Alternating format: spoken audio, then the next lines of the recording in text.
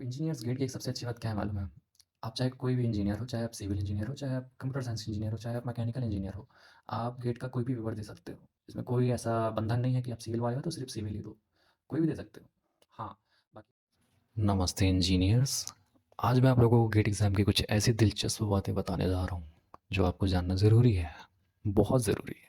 इस एग्ज़ाम में लगभग 7 लाख स्टूडेंट्स अपीयर हुए थे, जिसमें से कुछ ही लोगों का गेट क्रैक होता है और उसमें भी कुछ ही लोगों को ये बात पता होगी जो मैं आज बताने जा रहा हूँ। वीडियो को पूरा देखिएगा इंजीनियर्स, हो सकता है ये आपकी ज़िंदगी बदल दे। चलिए मैं आपको कुछ डेटा दिखाता हूँ। गूगल पे लिखते हैं गेट आईएएससी पेपर कॉम्बिनेशन। चलते हैं गेट की वेबसाइट पर। अब इंजीनियर्स गेट की एक सबसे अच्छी बात क्या है मालूम है?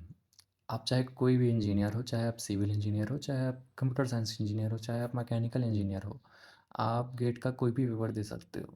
इसमें कोई ऐसा बंधन नहीं है कि आप सिविल वाले हो तो सिर्फ़ सिविल ही दो, कोई भी दे सकते हो।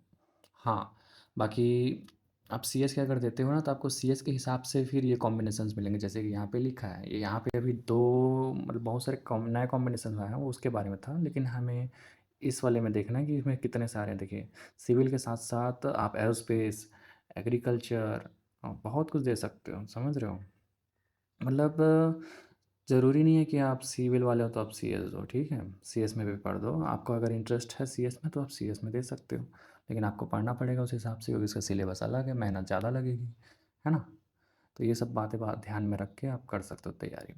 और हाँ, सिविल इंजीनियरिंग में आप ये सारे पेपर दे सकते हो। एग्रीकल्चर है, जियोमेटिक्स है, नेवल आर्किटेक्चर है, सब है।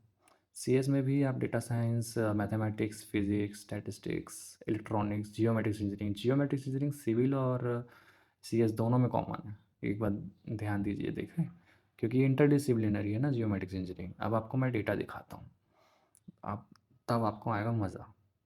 लिखते हैं नंबर ऑफ़ गेट एप्लीकेंट्स, ठीक है? बायजूस की वेबसाइट में चलते हैं। बायजूस का इतना मतलब कभी-कभी ना बायजूस भी अच्छा काम करते हैं, भले कंपनी कैसी भी हो, अच्छा काम काम तो अच्छा किया ये वाला, मुझे बहुत पसंद आया इसका। देखिए अब डेटा, सिविल इंजीनियरिंग कितने लोग देते हैं, ठीक है? रजिस्टर्ड कितने, 1,36,000। अपीयर कितने हुए, 1 लाख। और क्वालीफाई कितने होते हैं वो देखो, 17,776 जो भी है। अब इसमें रेशियो निकालते हैं, मतलब कितना परसेंट लोग क्वालीफाई हो पाते हैं, ठीक है? तो डिवाइड कर दीजिए 1,776 और इतना। अब जो आया वो हैरान करने वाला है। 18% लोग कैंडि क्वालीफाई हो पाए, है ना? इतने सारे लोगों में 18% लोग। जियोमेट्रिक्स इंजीनियरिंग का देखते हैं, सिर्फ 700 लोग दे रहे हैं, मतलब सिर्फ 700 लोग क्वालीफाई हुए हैं, 3,000 लोग दिए थे। दोनों को डिवाइड किए, कितना परसेंट, 23%। तो इसमें ज़्यादा चांसेस और भीड़ भी कम है।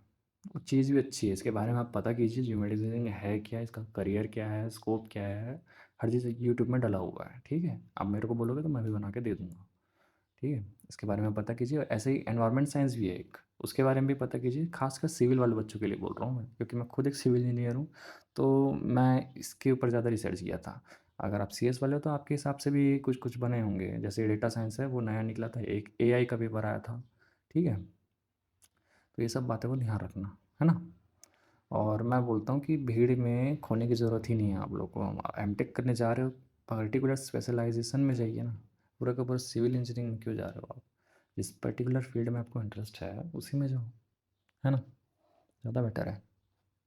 ज्योमेट्रिक्स इंजीनियरिंग तो मेरा फेवरेट हो गया था, तो मैं इसी का मतलब तैयारी कर भी रहा था, और ये मैंने 1 साल ड्रॉप लेके इसका तैयारी भी की है ना?